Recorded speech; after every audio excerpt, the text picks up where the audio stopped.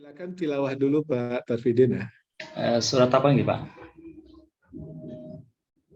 Terserah Tilawah. membaca surat apa saja terserah pilih.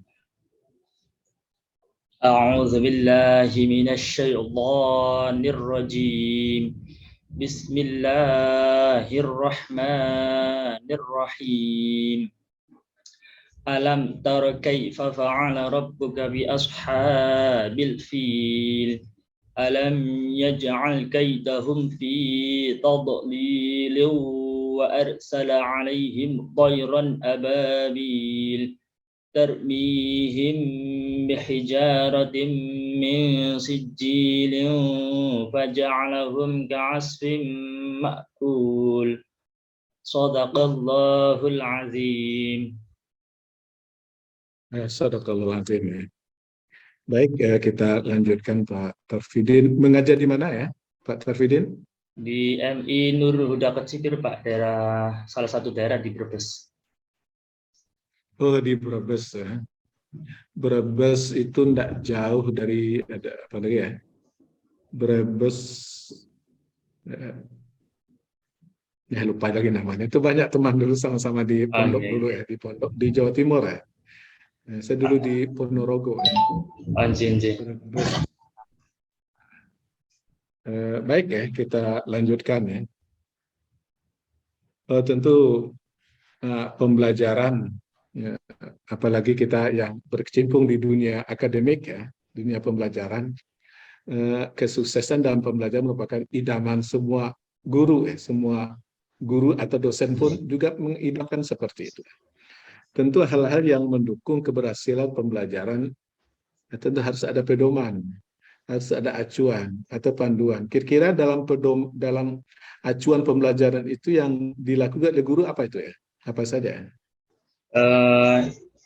Tentunya yang pertama adalah rancangan Pak, rancangan dalam pelaksanaan pembelajaran, di mana dalam RTP itu kita lihat kompetensi inti dan juga kompetensi dasar yang kita dapatkan dari KMA 183 kalau nggak salah Pak.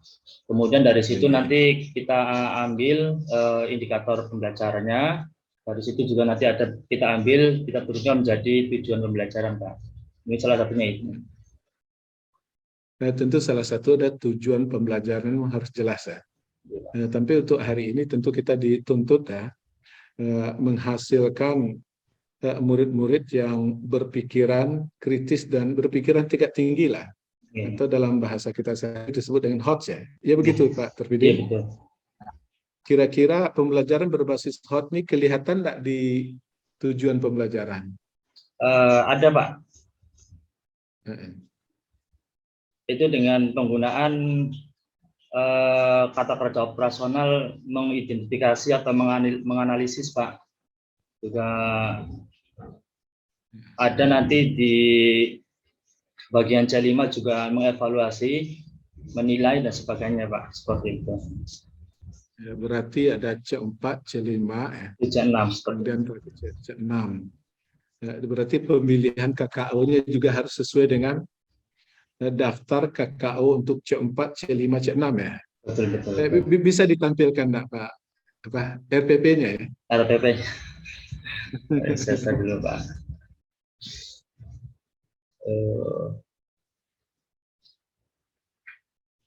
RPP. Share screen, Masya Allah. Dibuka dulu, enggak dibuka dulu, baru di share screen. Iya Pak. Masya Allah.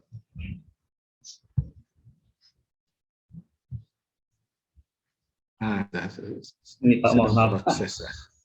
Tadi apa di tujuannya? Di mana kelihatannya? Tujuan pembelajaran. Tujuan pembelajaran untuk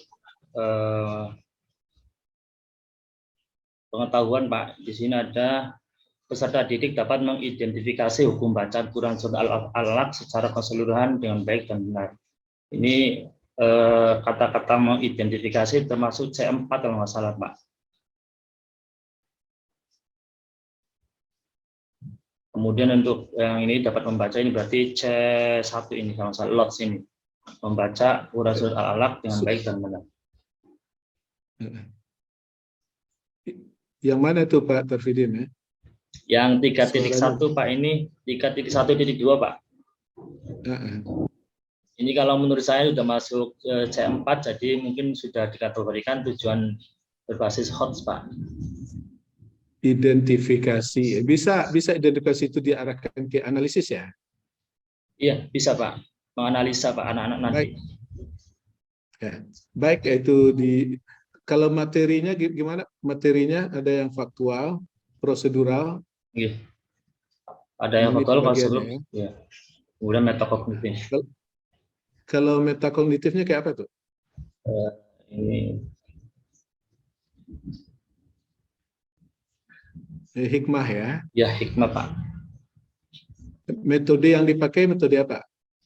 Metode ini ada ceramah, ada diskusi Pak. Ke bawahnya Ceramah, ya. diskusi juga ada, nanti diskusinya menggunakan ada indeks Kartmas nanti Pak. Sering banyak saya lihat ya, antara metode yang tertuang di RPP kemudian dibandingkan di saat praktek mengajar, kadang-kadang tidak connect. Itu yang sering jadi catatan bagi dosen dan guru pamong kemarin ini ya. Tapi mudah-mudahan di kelas Al-Quran Hadis 1 ini ya tidak iya, ditemukan. Ditemukan. Kemudian medianya apa ya?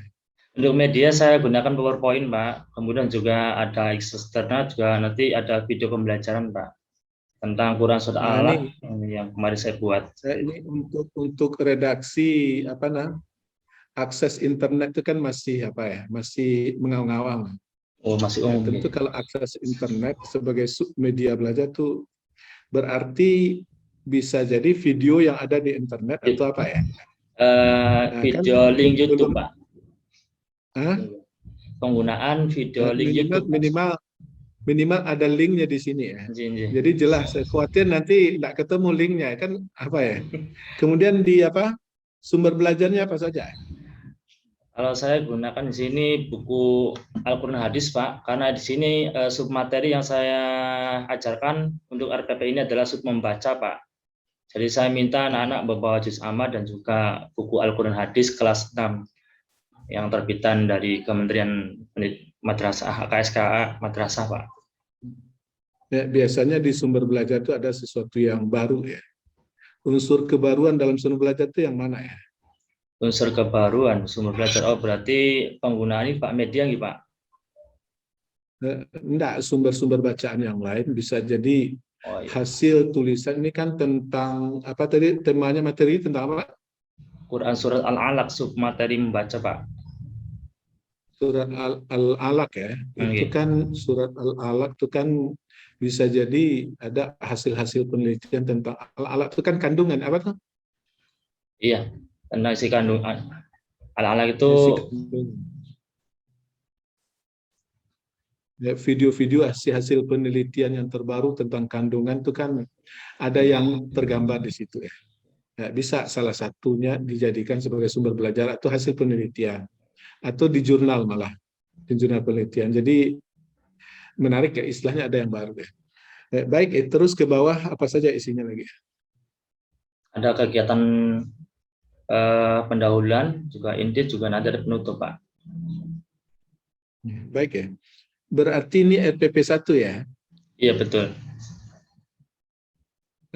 Yang dipakai dalam video praktek mengajar RPP berapa kemarin Pak Tarfidin? Mengajar sementara masih RPP 1 Pak. Materi membaca. Masih RPP 1 ya? Iya. Jadi ada tersimpan di laptopnya praktek mengajarnya? Videonya? Ada Pak, ada. Coba kita lihat. Praktek mengajar gimana? Tadi kan sudah terekam. Praktek mengajar. Untuk praktek mengajar.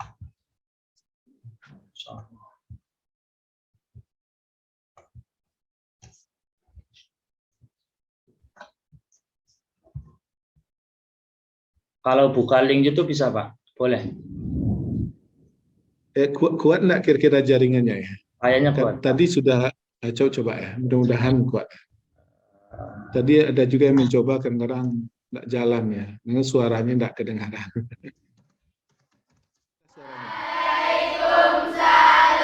Coba dimajukan suasana diskusinya dong.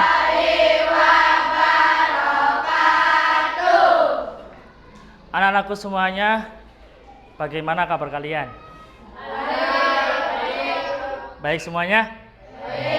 Alhamdulillahirabbil alamin. Puji syukur kehadirat Allah karena kita masih diberikan nikmat sehat sehingga kita bisa berkumpul lagi untuk mengikuti kegiatan belajar.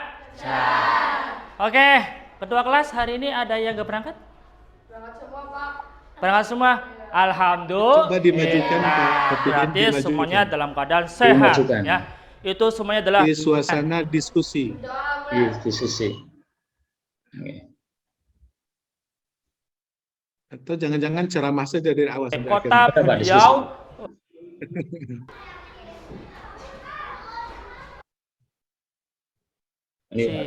Paham? Ada tadi. Dan nanti hasilnya silakan presentasikan di depan kelas. Adapun yang lainnya, barangkali ada improvisasi dari kalian, silakan untuk dituliskan di dalam hasil diskusi. Paham semuanya?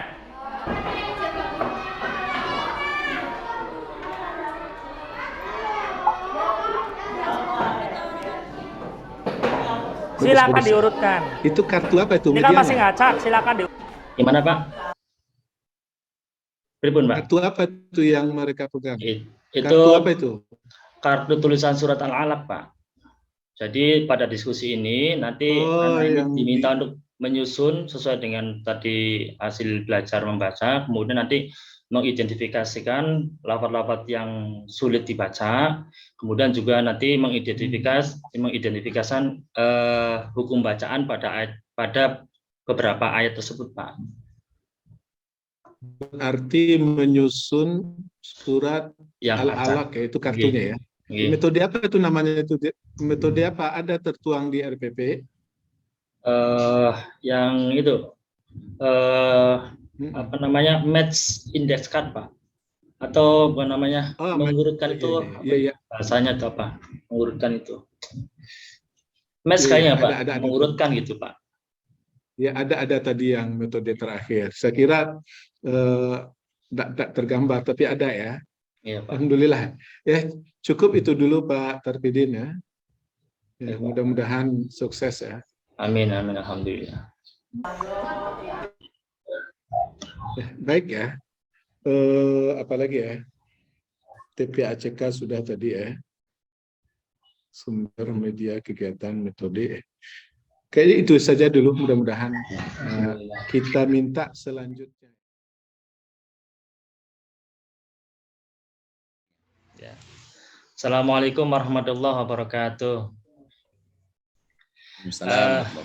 Perkenalkan Bapak, nama saya Tarpidin, saya asli kelahiran Brebes, Pak, dan saya tinggal di Desa Perbaglor, tepatnya di Kecamatan Losari, Kabupaten Brebes.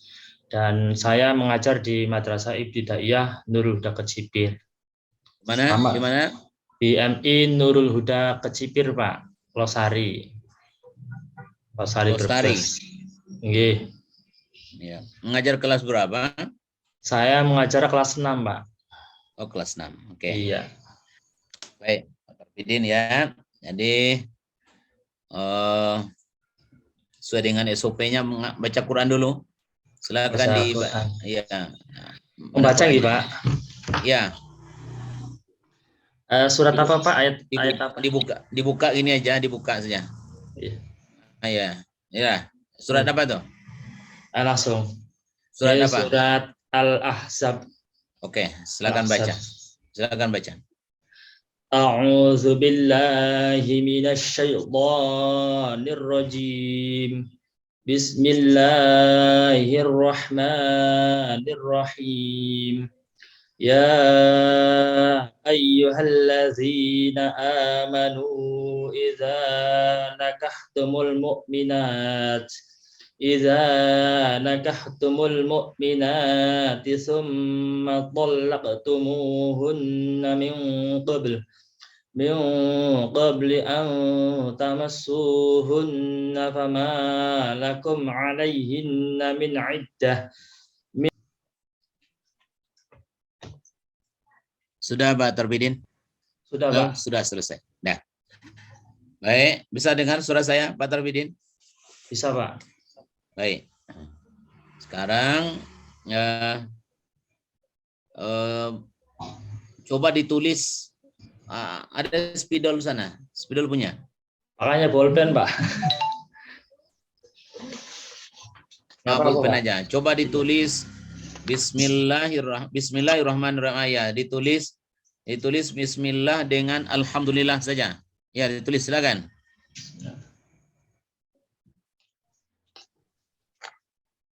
Oh, geser ada. Geser sini ding ada. Kelihatan, Pak.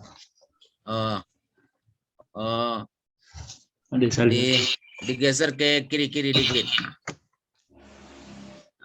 Geser ke kan up, ya tuh. Coba didiamkan ada. Saya baca. Dah, bagus. Dah. Sudah, Pak. Dah. Cuman alhamdulillahirabbil alamin, nunnya kayak nun capek aja kakinya kan, enggak lurus. Iya, Pak. Betul. Coba Pak Tarpidin, sekarang di kelas 6 apa materi pelajarannya? Untuk materi awal pembelajaran ini berkenaan dengan Quran surat Al-Alaq, Pak. Al-Alaq. Coba Pak Tarbidin ngajar 5 menit saja. 5 menit saja surat Al-Alaq. Silakan diajar. Assalamualaikum warahmatullahi wabarakatuh. Anak-anakku semuanya yang berbahagia, bagaimana kabarnya? Sehat semuanya ya? Alhamdulillah semuanya dalam keadaan sehat. Tentunya kita karena sehat ini masih berada sama kita bersyukur kepada Allah atas nikmat sehat ini. Karena nikmat sehat ini kita bisa bertatap muka, bisa bermuajahah, yang mudah-mudahan penuh dengan manfaat karena kita dalam keadaan mencari ilmu atau dalam keadaan belajar untuk menuntut ilmu. Baik anak-anak semuanya, sebelum saya masuk ke pelajaran, kiranya dari kalian ada yang tidak hadir pada hari ini? Oh, hadir semua ya. Alhamdulillah sekali lagi kita ucapkan rasa syukur karena kalian hadir semuanya ya. Baik, pada kesempatan kali ini Pak Guru akan mengajarkan berkenaan dengan KD 3.1 yaitu mendemonstrasikan dan juga mengartikan Quran surat Al-Alaq. Tapi pada kesempatan ini saya akan coba membawa tujuan pembelajaran kita pada hari ini yaitu berkenaan dengan materi Quran surat Al-Alaq, submateri membaca ya. Sehingga tujuan kita pada hari ini adalah yang pertama, kalian setelah mengikuti pelajaran ini diharapkan nanti mampu membaca Quran surat Al-Alaq dengan baik, dengan fasih, dengan tartil sesuai dengan makharijul huruf yang ada dan juga sesuai dengan kaidah ilmu tajwid yang ada, yang baik dan juga benar. Kemudian yang kedua, nanti diharapkan kalian nanti bisa mengidentifikasikan, bisa menganalisis hukum-hukum bacaan yang ada pada bacaan-bacaan yang akan kita baca, terutama pada materi yang akan kita baca yaitu Quran surat Al-Alaq. Bisa dipahami anak semuanya? Di situ apa? Di situ ada lafaz Iqra, bacalah. Nah, ini sesuai dengan gambarnya di sini nih, anak-anak sedang membaca. Ini adalah salah satu perintah Allah ya, salah satu perintah Allah yang diturunkan kepada Nabi yaitu Iqra, tentang membaca. Ya, tujuan membaca adalah tentunya untuk kita mendapatkan ilmu pengetahuan ya. Nah, kemudian yang kedua ada gambar apa ini? Oh, gambar gua, betul ya. Ini adalah gua ya. Di sini saya paparkan juga yang kedua ada Gua Hiro namanya ya. Nah, Gua Hiro ini adalah salah satu tempat di mana Nabi kita, Nabi Muhammad SAW itu menerima wahyu dari 5 ayat dari Quran surat Al-Alaq, yaitu Gua Hiro, ya. Perlu diketahui bahwa Gua Hiro ini adalah di kota Mekah. Maka Quran surat Al-Alaq dikatakan adalah surat Al-Makkiyah, ya, karena turunnya di kota Makkah. Baik, langsung saja kita langsung semuanya. Sudah cukup, silakan penutup pertemuan, silakan bagian akhir. Oke, anak-anak semuanya, alhamdulillah tadi membaca pembelajaran kita untuk Quran surat Al-Alaq, membaca sudah kita laksanakan. Untuk selanjutnya saya pengen tahu bagaimana hasil pembelajaran kita pada kali ini. Maka mari bersama-sama kita simpulkan apa yang kalian dapatkan pada pertemuan kali ini. Ya, silakan. Ada yang mau menyimpulkan? Anak semuanya? Oh, silakan. Ya. Bagaimana kesimpulannya? Oh ya, betul ya bahwa Al-Alaq ada 5 ayat yang menjadi ayat yang pertama kali diturunkan oleh Allah kepada Nabi Muhammad. Betul. Ada lagi? Ya, terima kasih. Baik, sebelum kita ke refleksi dan juga nanti ada penilaian, evaluasi. Sebelumnya Pak Guru mau nanya ya. Coba giliran Pak Guru yang bertanya. Coba Ananda Vita. Ya, Pak Guru mau nanya. Nabi Muhammad SAW menerima wahyu yang pertama kali, yaitu Quran Surat Al-Alaq ayat 1-5 di mana? Ya, betul, di Gua Hiro. Di mana tuh Gua Hiro? Betul, di kota Makkah. Alhamdulillah. Baik anak-anakku semuanya, pada kesempatan ini saya kasih ini ya, evaluasi untuk kalian di sini. Silakan nanti kalian jawab di sini. Ada ini. Silakan evaluasinya dikerjakan. Ada beberapa soal berkenaan dengan membaca dan juga informasi yang tadi Pak Guru sampaikan. Ya, silakan mulai dikerjakan ya. Oke, anak semuanya sudah selesai ya waktunya. Baik, silakan dikumpulkan hasilnya. Oke. Oke, sekarang Pak Guru pengen tahu bagaimana tanggapan kalian tentang proses belajar hari ini. Ayo, bagaimana? Ayo, kamu gimana? Oh, menyenangkan ya. Alhamdulillah kalau menyenangkan ya. Terus kamu gimana pertemuan kita pada hari ini? Oh, banyak ilmu yang didapat. Bagus ya, alhamdulillahirabbil alamin ya. Mudah-mudahan kita bisa mendapatkan hikmah, mendapatkan manfaat dari pertemuan kita pada hari ini. Amin amin ya rabbal alamin. Baik anak-anakku semuanya, alhamdulillah sudah berakhir pertemuan kita pada ini. Insya Allah ke depan kita akan membahas berkenaan dengan menghafal Quran surat Al-Alaq. Nah, silakan jangan lupa di rumah dipersiapkan ya. Belajar mandiri, berlatih secara mandiri ya, metode drill, berulang latih di rumah biar nanti pas di sini kita bisa bersama-sama membaca dengan mudah karena sudah diawali di rumah. Oke, bisa mengerti anak semuanya? Ya, alhamdulillah.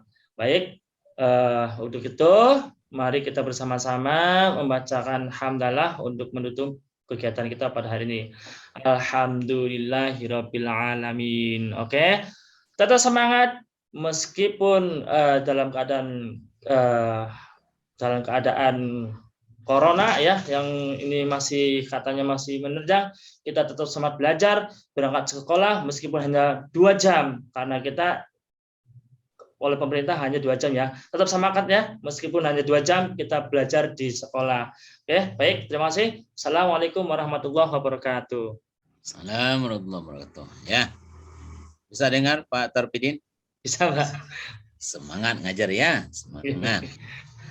Coba baca satu hadis yang Pak Tarpidin hafal. Coba hadis apa yang bisa cerita? Hadis tentang ini Pak, yang saya ajarkan yang kemarin itu berkenaan dengan terakhir, berkenaan dengan keutamaan memberi Pak. Nah, silakan. Al yadul ulya khairum min yadis sufla. Apa maksudnya itu? Maksudnya adalah tangan di atas itu lebih baik daripada tangan di bawah. Artinya orang yang memberi itu lebih baik daripada orang yang meminta, Pak. Orang yang memberi. Baik.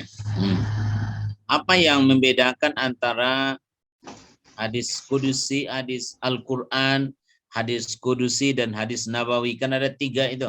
Apa bedanya itu? Al-Quran, hadis qudsi, dan juga Hadis hadis nabawi, nabawi. hadis nabawi. Kalau Al-Quran itu adalah wahyu Allah yang diturunkan langsung dari Allah melalui dari langit, dari Allah ke Lauhul Mahfud, kemudian ke langit bumi, kemudian langsung diturunkan ke Nabi Muhammad lewat perantara malaikat Jibril. Jadi artinya memang sudah kalam dari Allah, bukan dari siapa-siapa. Di situ ada perantara dari malaikat Jibril. Kemudian kalau hadis qudsi itu maknanya itu dari Allah, tapi untuk redaksi dari hadis itu adalah dari Nabi itu sendiri. Artinya secara makna memang dari Allah, Allah mewahyukan kepada Kanjeng Nabi Muhammad secara makna, tetapi untuk redaksinya, bahasanya yang digunakan itu sesuai dengan ijtihadnya Nabi Muhammad SAW. Kemudian kalau hadis nabawi itu dari makna dan juga redaksinya memang ijtihadnya Nabi Muhammad SAW. Jadi semuanya dari Kanjeng Nabi Muhammad SAW. Contoh misalkan beliau menjelaskan berkenaan dengan ayat-ayat tertentu kepada sahabatnya ataupun kepada orang lain, itu juga termasuk hadis nabawi karena redaksinya adalah redaksi dari beliau, hasil ijtihadnya beliau. Mungkin seperti itu Pak, sepengetahuan saya. Memungkinkan apa tidak? Apakah memungkinkan hadis nabawi lebih tinggi dari hadis kudusi kualitasnya? Hadis nabawi lebih memungkin saja Pak, kemungkinan saja. Ini namanya juga hadis Pak, tergantung nanti bagaimana lebih tinggi. Kenapa? Ya tergantung nanti bagaimana kualitas dari hadis tersebut Pak. Apakah memang itu kualitas hadis? Kualitasnya kan ada 3 ya. Iya. Ada hadis yang sahih, apa lagi? Ada Habib sahih, ada Habib hasan, juga Habib dhaif. Oke, saya kira udah panjang kali Pak Tarbidin, udah cukup itu, udah bagus. Saya kira Terima kasih Bapak.